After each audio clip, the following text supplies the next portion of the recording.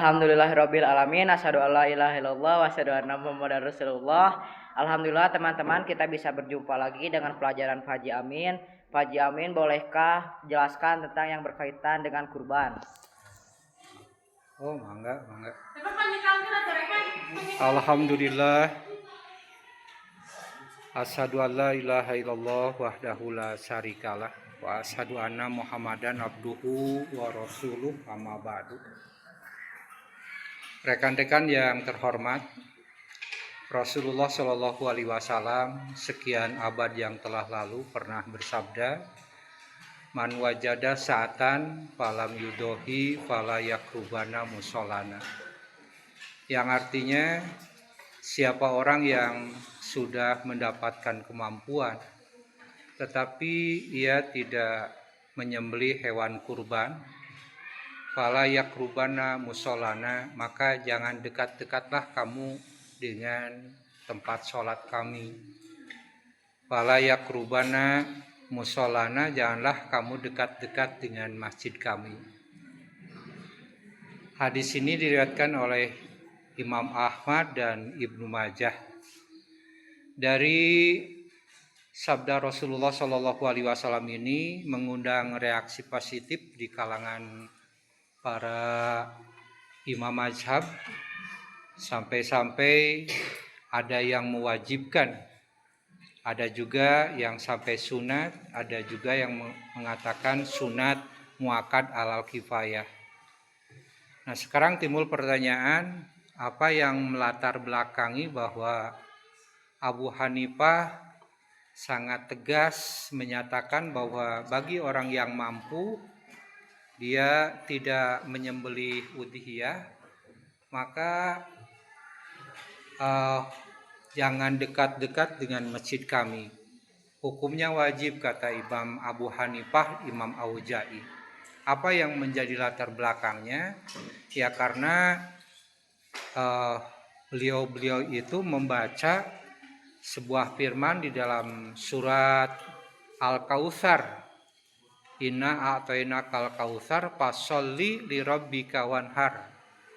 Itu kalimat fasholli itu menunjukkan wajib sholat yang 5 waktu itu, ya.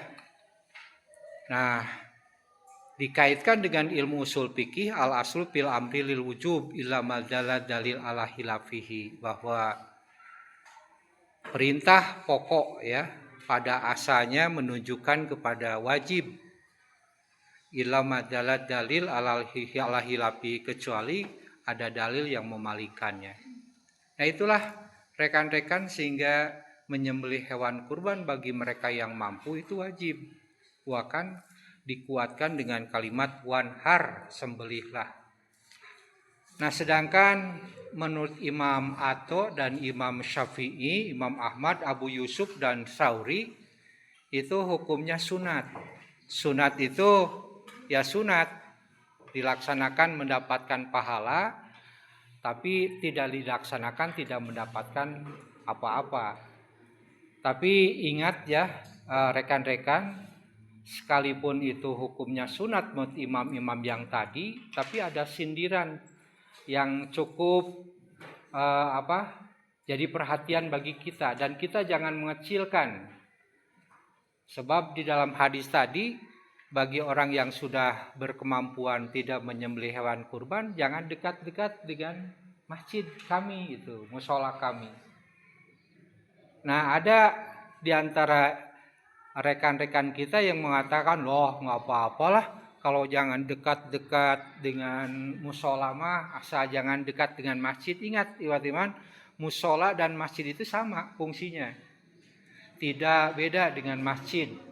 Jadi musola masjid itu tidak boleh berjualan di dalamnya, tidak boleh yang menstruasi, tidak boleh nundutan, tidak boleh ngobrol ketika khotib naik mimbar, ya.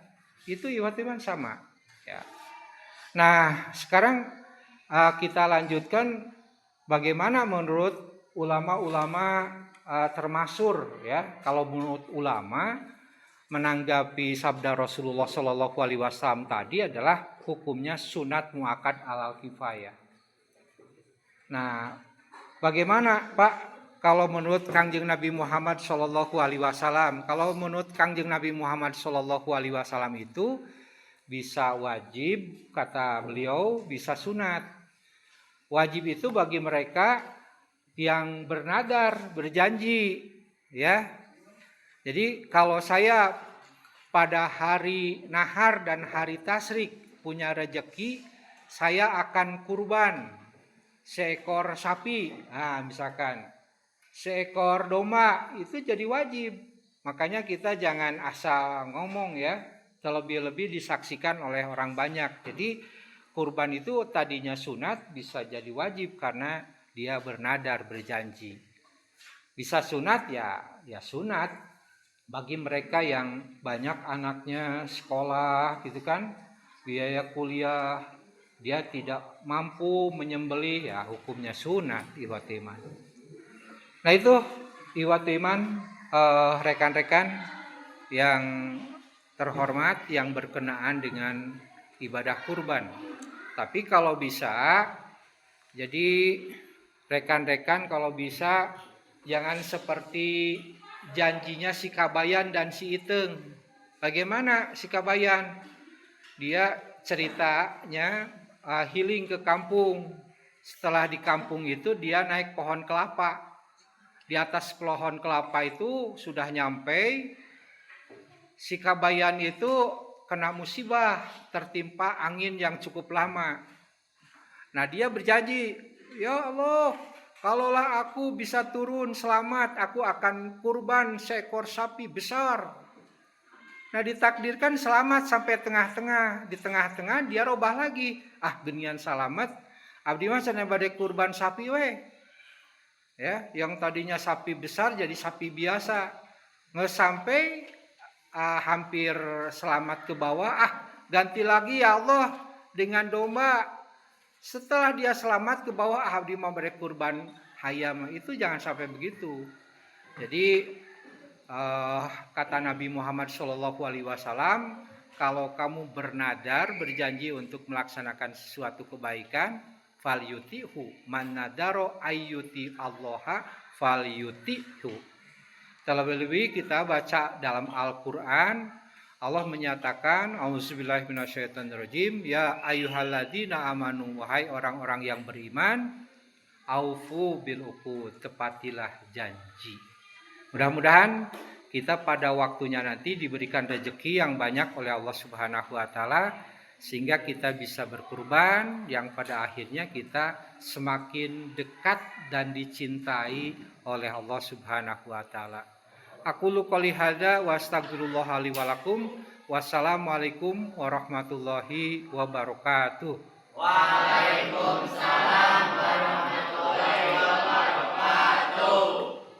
Terima kasih ya.